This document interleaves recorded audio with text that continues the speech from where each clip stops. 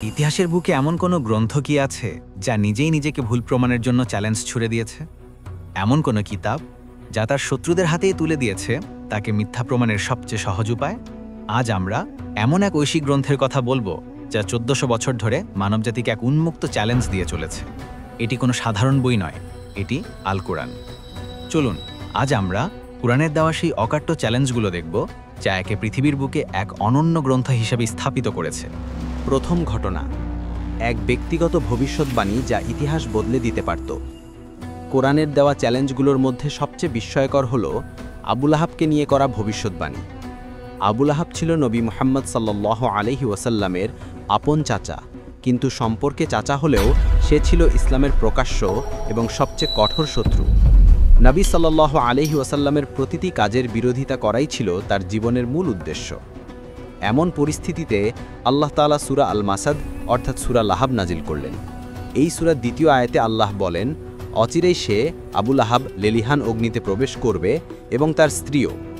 এই আয়াতের মাধ্যমে আল্লাহ এক চূড়ান্ত ভবিষ্যৎবাণী করলেন যে আবু লাহাব এবং তার স্ত্রী কুফরের উপরই মৃত্যুবরণ করবে এবং কখনোই ইসলাম গ্রহণ করবে না। এবার ভাবুন, এই সূরাটি নাজিল হয়েছিল আবু লাহাবের মৃত্যুর প্রায় 10 বছর আগে।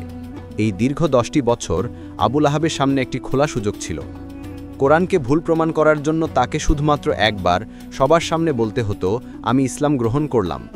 তাকে সত্যিকারের মুসলিম হতে হতো না, নামাজ রোজা পালন করতে হতো না, শুধু মুখে এই কথাটি উচ্চারণ করলেই কোরআনের এই ভবিষ্যৎবাণী মিথ্যা হয়ে যেত এবং ইসলামের ভিত্তি কেঁপে উঠত।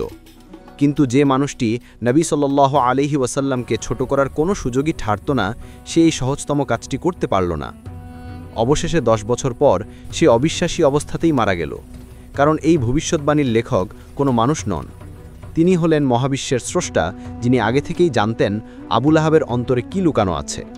দ্বিতীয় ঘটনা, এক জাতিকে দেওয়া মৃত্যু কামনা করার চ্যালেঞ্জ।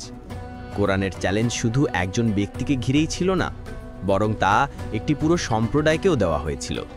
মদিনার ইহুদি আলেমরা প্রায়ই মুসলিমদের সাথে তর্কে বলতেন যে পরকালের মুক্তি ও জান্নাত শুধুমাত্র তাদের জন্যই নির্ধারিত। তাদের এই অহংকার এবং দাবির জবাবে আল্লাহ কোরআনে এক অদ্ভুত চ্যালেঞ্জ ছুড়ে দিলেন। সূরা আল বাকারা আয়াত 94 এবং 95-এ আল্লাহ বলেন, আপনি বলে দিন, যদি আল্লাহর নিকট পরকালের বাসস্থান অন্য লোক ছড়া বিশেষভাবে তোমাদের জন্যই নির্ধারিত থাকে, তবে তোমরা মৃত্যু কামনা করো, যদি তোমরা সত্যবাদী হও। কিন্তু তারা নিজেদের কৃতকর্মের কারণে কখনোই মৃত্যু কামনা করবে না। আল্লাহ সীমা লঙ্ঘনকারীদের সম্পর্কে সম্যক অবগত আছেন। একবার চিন্তা করুন তো, কি সহজ একটি পরীক্ষা। কোরআনকে ভুল প্রমাণ করতে তাদের কোনো যুদ্ধ করতে হতো না, কোনো সম্পদ ত্যাগ করতে হতো না।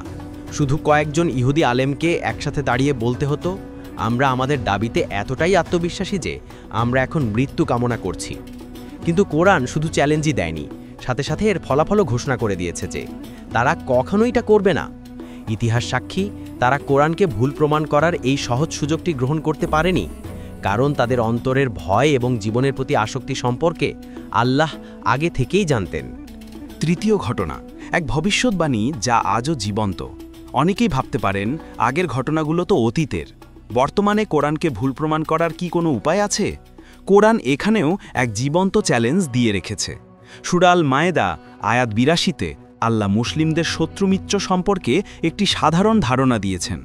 আল্লাহ বলেন, আপনি মানুষের মধ্যে ঈমানদারদের প্রতি সবচেয়ে কট্টর শত্রু হিসেবে ইহুদি ও মুশরিকদের পাবেন, আর আপনি তাদের মধ্যে ঈমানদারদের প্রতি সবচেয়ে বন্ধুত্ব সুলভ হিসেবে তাদেরকে পাবেন যারা নিজেদেরকে খ্রিস্টান বলে। এখানে একটি সাধারণ প্রবণতার কথা বলা হয়েছে। কোরআনকে ভুল প্রমাণ করার জন্য পৃথিবীর সমস্ত ইহুদি জাতি একজোট হয়ে কয়েক বছরের জন্য মুসলিমদের সবচেয়ে ভালো বন্ধু হয়ে যেতে পারত। খ্রিস্টানদের থেকেও বেশি বন্ধুত্বপূর্ণ আচরণ করলেই এই আয়াতের সাধারণ প্রবণতাটি ভুল প্রমাণিত হতো। কিন্তু 1400 বছর ধরে ইতিহাসের গতিপথ কোরআনের এই ভবিষ্যৎবাণীর পক্ষেই সাক্ষী দিয়ে চলেছে। আজও পর্যন্ত এই ভবিষ্যৎবাণী বিপরীতে কোনো ঘটনা দুনিয়াবাসী দেখেনি। চতুর্থ ঘটনা, ভাষার এক অলৌকিক চ্যালেঞ্জ। এতক্ষণ আমরা ভবিষ্যৎবাণীর কথা শুনলাম, কিন্তু কোরআন মানবজাতিকে যে সবচেয়ে বড় এবং চূড়ান্ত চ্যালেঞ্জটি দিয়েছে তা হল এর নিজস্ব ভাষা ও কাঠামোর চ্যালেঞ্জ। আরবরা ছিল ভাষার জাদুকর। একটি কবিতা দিয়ে তারা যুদ্ধ বাঁধিয়ে নিতে পারত, আবার প্রশংসার মাধ্যমে রক্তক্ষয়ী যুদ্ধ থামিয়েও দিতে পারত। সেই অহংকারী ও ভাষার কারিগরদের আল্লাহ চ্যালেঞ্জ দিলেন। আল্লাহ জানতেন যে মানুষ বলবে এটি মুহাম্মদ সাল্লাল্লাহু আলাইহি ওয়াসাল্লামের নিজের লেখা, তাই তিনি সূরা আল বাকারা আয়াত 23-এ বললেন, আর আমি আমার বান্দার প্রতি যা নাজিল করেছি তাতে যদি তোমাদের কোনো সন্দেহ থাকে তবে এর মতো একটি সূরা রচনা করে নিয়ে এসো, আর আল্লাহ ছাড়া তোমাদের সকল সাহায্যকারীকে ডেকে নাও যদি তোমরা সত্যবাদী হও। সম্পূর্ণ কোরআন নয়, 10টি সূরাও নয়, বরং এর মতো ছোট্ট একটি সূরা তৈরির চ্যালেঞ্জ দেওয়া হলো, যেমনটি সূরা আল কাউসারে, যা মাত্র 3টি আয়াতের। আরবের শ্রেষ্ঠ কবিরা যারা ভাষার সম্রাট ছিল তারা এই চ্যালেঞ্জের সামনে নতজানু হয়েছিল। তারা চেষ্টা করেছে কিন্তু ব্যর্থ হয়ে এক বাক্যে স্বীকার করেছে এ কোনো মানুষের কথা নয়, স্বয়ং আল্লাহর বাণী।